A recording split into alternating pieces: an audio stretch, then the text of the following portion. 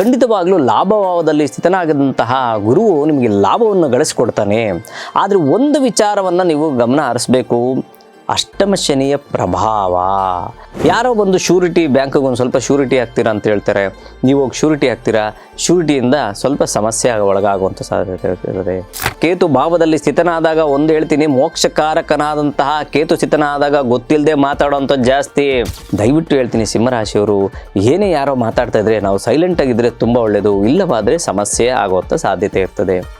June 2ನೇ ತಾರೀಕು ನಂತರ ಸ್ವಲ್ಪ ಮಟ್ಟಿಗೆ, ತುಂಬ ಅಲ್ಲದೆ ಅದನ್ನು ಸ್ವಲ್ಪ ಮಟ್ಟಿಗೆ ಚೇಂಜಸ್ ಯಾವ ರೀತಿ ಅಂದರೆ, ಈ ಕೊಟ್ಟು ತೆಗೆದುಕೊಳ್ಳುವಂಥ ವಿಚಾರಗಳಲ್ಲಾಗಿರ್ಬೋದು, ಅಥವಾ ಯಾರಿಗೋ ಕೊಡಬೇಕಾಗಿತ್ತು, ಅಥವಾ ನೀವೇ ಯಾರೋ ನಿಮಗೆ ಕೊಡಬೇಕಾಗಿತ್ತು, ಇಂಥ ವಿಚಾರಗಳಲ್ಲಿ ಸ್ವಲ್ಪ ಅಲರ್ಟ್ ಆಗಿದ್ದರೆ ಒಳ್ಳೆಯದು. ನಿಮಗೆ ಏನು ಬರುತ್ತೋ ಆ ಮಂತ್ರವನ್ನು ಪೂರ್ವಾಭಿಮುಖವಾಗಿ ತಿರುಕೊಂಡು ಪರಮಾತ್ಮನನ್ನು ಪ್ರಾರ್ಥನೆ ಮಾಡಿದ್ದೆ ಆದರೆ ಸಂಪೂರ್ಣ ಶುಭಫಲಗಳನ್ನು ಖಂಡಿತ ಕಾಣ್ಬೋದು. ಸಿಂಹರಾಶಿಯಲ್ಲಿ ಜನನವಾಗಿರೋರಿಗೆ ಯುಗಾದಿ ಹಬ್ಬದ ಶುಭಾಶಯಗಳು. ಮೊಟ್ಟ ಮೊದಲಾಗಿ ಸಿಂಹರಾಶಿಯವರಿಗೆ ಎಲ್ಲ ರೀತಿಯಾದಂಥ ಆರೋಗ್ಯ, ಆಯುಷು, ನೆಮ್ಮದಿ, ಸಂತೋಷ, ಸಂಪತ್ತು ಎಲ್ಲವೂ ಕರುಣಿಸಲಿ ಅಂತ ಪರಮಾತ್ಮನಲ್ಲಿ ನಾನು ಬೇಡ್ಕೊತೀನಿ. ಅದೇ ರೀತಿ ನೀವು ಸಹ ಸಮಾನ ಮನಸ್ಕರಾಗಿ ಜೀವನ ಮಾಡಿದ್ದೆ ಆದರೆ ಸಂಪೂರ್ಣ ಶುಭಫಲಗಳನ್ನು ಕಾಣ್ತೀರಾ. ಇನ್ನು ರಾಶಿ ಗೋಚಾರಕ್ಕೆ ಬರೋದಾದರೆ ಸಿಂಹರಾಶಿಯಲ್ಲಿ ಜನನವಾಗಿರೋರಿಗೆ ಹೇಗಿದೆಯಪ್ಪ ಈ ಯುಗಾದಿ ಹಬ್ಬ, ಪರಾಭವ ನಾಮ ಸಂವತ್ಸರ ನಮ್ಮ ಒಂದು ರಾಶಿಯವರಿಗೆ ಯಾವ ರೀತಿಯಾದಂಥ ಪರಿಣಾಮ ಬೀರುತ್ತೆ ಅನ್ನೋ ಒಂದು ಪ್ರಶ್ನೆ ಬಂದದಾದರೆ, ಖಂಡಿತವಾಗ್ಲೂ ಲಾಭಭಾವದಲ್ಲಿ ಸ್ಥಿತನಾಗದಂತಹ ಗುರುವು ನಿಮಗೆ ಲಾಭವನ್ನು ಗಳಿಸ್ಕೊಡ್ತಾನೆ. ಆದರೆ ಒಂದು ವಿಚಾರವನ್ನು ನೀವು ಗಮನ ಹರಿಸಬೇಕು, ಅಷ್ಟಮ ಶನಿಯ ಪ್ರಭಾವ.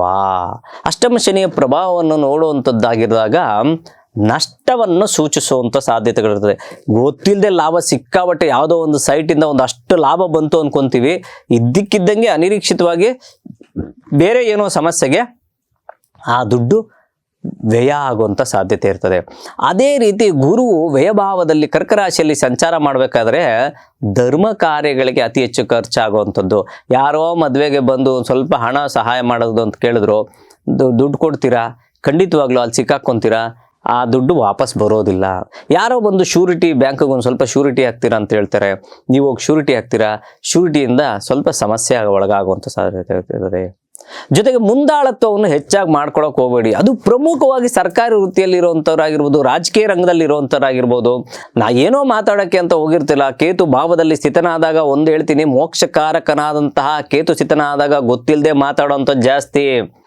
ಗೊತ್ತಿಲ್ಲದೆ ಮಾತನಾಡಿ ಖಂಡಿತವಾಗ್ಲೂ ನೀವೆಲ್ಲ ಆಭಾಸ ಪಡುವಂಥದ್ದು, ಅಲ್ಲಿ ಒಂದು ರೀತಿಯಾದಂಥ ಅವಮಾನಕ್ಕೆ ಗೇಡಾಗುವಂಥ ಸಾಧ್ಯತೆ ಇರ್ತದೆ. ದಯವಿಟ್ಟು ಹೇಳ್ತೀನಿ ಸಿಂಹರಾಶಿಯವರು, ಏನೇ ಯಾರೋ ಮಾತಾಡ್ತಾ ಇದ್ರೆ ನಾವು ಸೈಲೆಂಟ್ ಆಗಿದ್ರೆ ತುಂಬ ಒಳ್ಳೆಯದು, ಇಲ್ಲವಾದರೆ ಸಮಸ್ಯೆ ಆಗುವಂಥ ಸಾಧ್ಯತೆ ಇರ್ತದೆ. ಇನ್ನು ಹಣಕಾಸಿನ ವಿಚಾರದಲ್ಲಿ ಸಂಪೂರ್ಣ ಶುಭಫಲಗಳನ್ನು ಕಾಣ್ತೀರಾ. ವೈವಾಹಿಕ ಜೀವನದಲ್ಲಿ ಸಮೃದ್ಧಿಯಾದಂತಹ ಜೀವನವನ್ನು ಸಾಗಿಸ್ತೀರಾ. ಗುರುಬಲ ಇರೋ ತನಕ ನೀವು ಖಂಡಿತವಾಗ್ಲೂ ಶುಭ ಕಾರ್ಯಗಳಿಗೆ ಏನೇನು ಮಾಡ್ಕೋಬೇಕು ಅಂದ್ಕೊಂಡಿದ್ರೆ ಖಂಡಿತ ಮಾಡ್ಕೊಂಡ್ರೆ ಒಳ್ಳೆಯದು.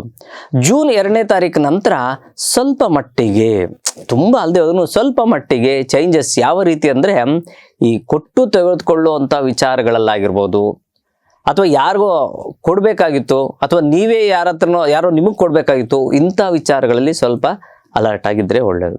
ಸರಿ, ಇಷ್ಟೆಲ್ಲ ಇದ್ದಾಗ ಯಾವ ರೀತಿಯಾದಂತಹ ಪರಿಹಾರವನ್ನು ಮಾಡಿಕೊಂಡ್ರೆ ಒಳ್ಳೆಯದು ಅಂದರೆ, ಸಂಪೂರ್ಣವಾಗಿ ಸೂರ್ಯನಾರಾಯಣ ಹಾಗೂ ಗುರುಗಳ ಒಂದು ಸ್ಮರಣೆ ಮಾಡ್ತಾ ಬನ್ನಿ. ಎಲ್ಲ ರೀತಿಯಲ್ಲೂ ಅಭಿವೃದ್ಧಿಯನ್ನು ಕಾಣ್ತೀರಾ.